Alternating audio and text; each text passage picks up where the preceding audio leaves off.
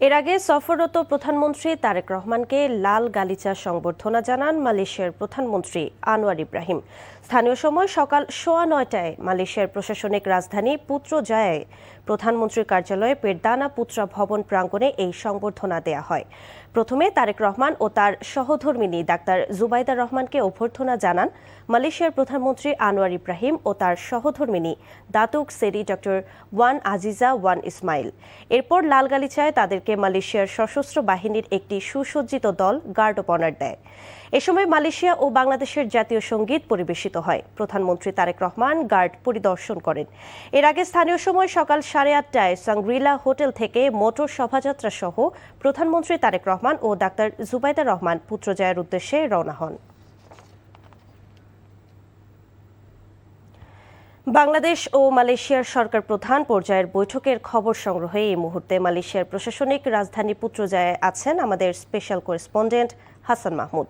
সরাসরি যুক্ত হচ্ছেন তিনি। হাসান, দু দেশের শীর্ষ নেতার বৈঠক তো শেষ হলো। বৈঠকে আলোচনার বিষয়বস্তু সম্পর্কে আর কি তথ্য রয়েছে আপনার কাছে?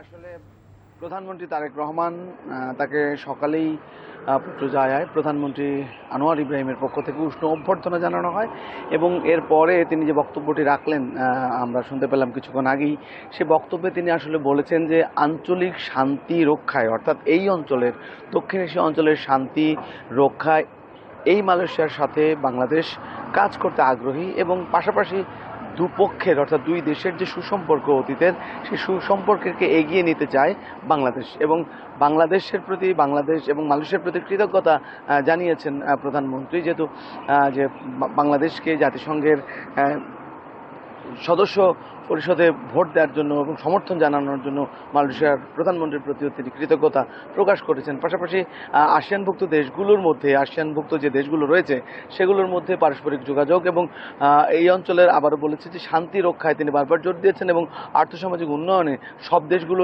একসাথে কাজ করার প্রত্যয় ব্যক্ত করেছেন প্রধানমন্ত্রী তারেক রহমান। পাশাপাশি মালয়েশিয়ার প্রধানমন্ত্রী আনোয়ার ইব্রাহিমও বলেছেন যে তারাও চায় যে এই অঞ্চলে শান্তি প্রতিষ্ঠায় এবং পারস্পরিক সহযোগিতার মাধ্যমে এগিয়ে যেতে এবং অর্থনৈতিক যে সমৃদ্ধি সেটিকে এগিয়ে নিতে চায় সব দেশের সহযোগিতায়। পাশাপাশি এরপরে আসলে প্রধানমন্ত্রী তারেক রহমান একটি মধ্যাহ্নভোজে অংশগ্রহণ করবেন। এরপরে আসলে বাংলাদেশের সময়ের সাথে আমরা এগিয়ে আছি, এখন 12টা বাজছে, তো কিছুক্ষণ পরেই আসলে তারা সংবাদ সম্মেলনের পরেই তারা মধ্যাহ্নভোজনে যাবে। সেখানে সাংস্কৃতিক অনুষ্ঠান রয়েছে। সাংস্কৃতিক অনুষ্ঠানমালার পরে প্রধানমন্ত্রী তারেক রহমান এবং তার স্ত্রী ডাক্তার জুবাইদা রহমানের সম্মানে সাংস্কৃতিক অনুষ্ঠান পরিবেশন করা হবে মধ্যাহ্নভোজের পরে। তারপরে প্রধানমন্ত্রী তারেক রহমান মালয়েশিয়ার যে রাজা রয়েছেন সে রাজার সাথে সাক্ষাতের সূচি রয়েছে এখন পর্যন্ত, সেখানে তিনি মালয়েশিয়ার রাজার সাথে সাক্ষাৎ করবেন এবং এছাড়া প্রধানমন্ত্রী কিন্তু বিনিয়োগ এবং অর্থনৈতিক সমৃদ্ধির উন্নয়নে এখানকার যে স্থানীয় 3টি ব্যবসায়িক দল আছে, ব্যবসায়িক প্রতিষ্ঠান রয়েছে, বড় বড় ব্যবসায়িক প্রতিষ্ঠান, তাদের চেয়ারম্যানের সাথে সৌজন্য সাক্ষাৎ করবেন। সেই সাক্ষাৎগুলোতে মূলত প্রাধান্য পাবে বাংলাদেশের অর্থনীতি উন্নয়নে, এক ধরনের বাংলাদেশের অর্থনীতিকে সমৃদ্ধকরণ এবং বিনিয়োগে আগ্রহী করার বিষয়গুলো প্রাধান্য পাবে। এছাড়া আজকেই কিন্তু এই অনুষ্ঠানগুলো শেষ করে প্রধানমন্ত্রী আজকে বিকেলে কিন্তু রওনা করবেন চীনে। সেখানে চীনের দালিয়ানে তিনি যাবেন এবং আপনারা জানেন যে চীন সফরকে ঘিরে কিন্তু বাংলাদেশের আগ্রহ রয়েছে এবং সবাই অপেক্ষা করছে যে চীন সফরকে বাংলাদেশের জন্য কি অপেক্ষা করছে, যেহেতু তিস্তা মহাপরিকল্পনা রয়েছে এবং পদ্মা ব্যারেজের মতো বড় বড় প্রকল্পগুলো, বিভিন্ন বিষয়গুলো আলোচনার টেবিলে রয়েছে, সেই বিষয়গুলোর দিকেও তাকিয়ে আছে মানুষ। এছাড়া সেখানে কিন্তু 2টি সামিটে অর্থাৎ ব্যবসায়িক সম্মেলনে অংশগ্রহণ করবেন দালিয়ানে, সেখান থেকে বেইজিংয়ে যাবেন। তো আজকে যে মালয়েশিয়ার কর্মসূচি সেটি আসলে প্রধানমন্ত্রী সকাল থেকেই খুব ব্যস্ত কর্মসূচি রয়েছে এবং সেই ব্যস্ত কর্মসূচি তিনি কাটাবেন। এরপরে পুত্রজায়া থেকে প্রধানমন্ত্রী আগে বলেছি যে পরবর্তী অনুষ্ঠান রয়েছে, যে সেটি হচ্ছে রাজার সাথে সাক্ষাৎ। এরপরে হয়তো প্রধানমন্ত্রীর এই অনুষ্ঠানকে কেন্দ্র করে তার পক্ষ থেকে, তার প্রেস উইংয়ের পক্ষ থেকে আমাদেরকে হয়তো সংবাদ সম্মেলনের মাধ্যমে কি সমঝোতার স্মারক স্বাক্ষরিত হয়েছে সেই বিষয়গুলোকে বিস্তারিত হয়তো তুলে ধরা হবে।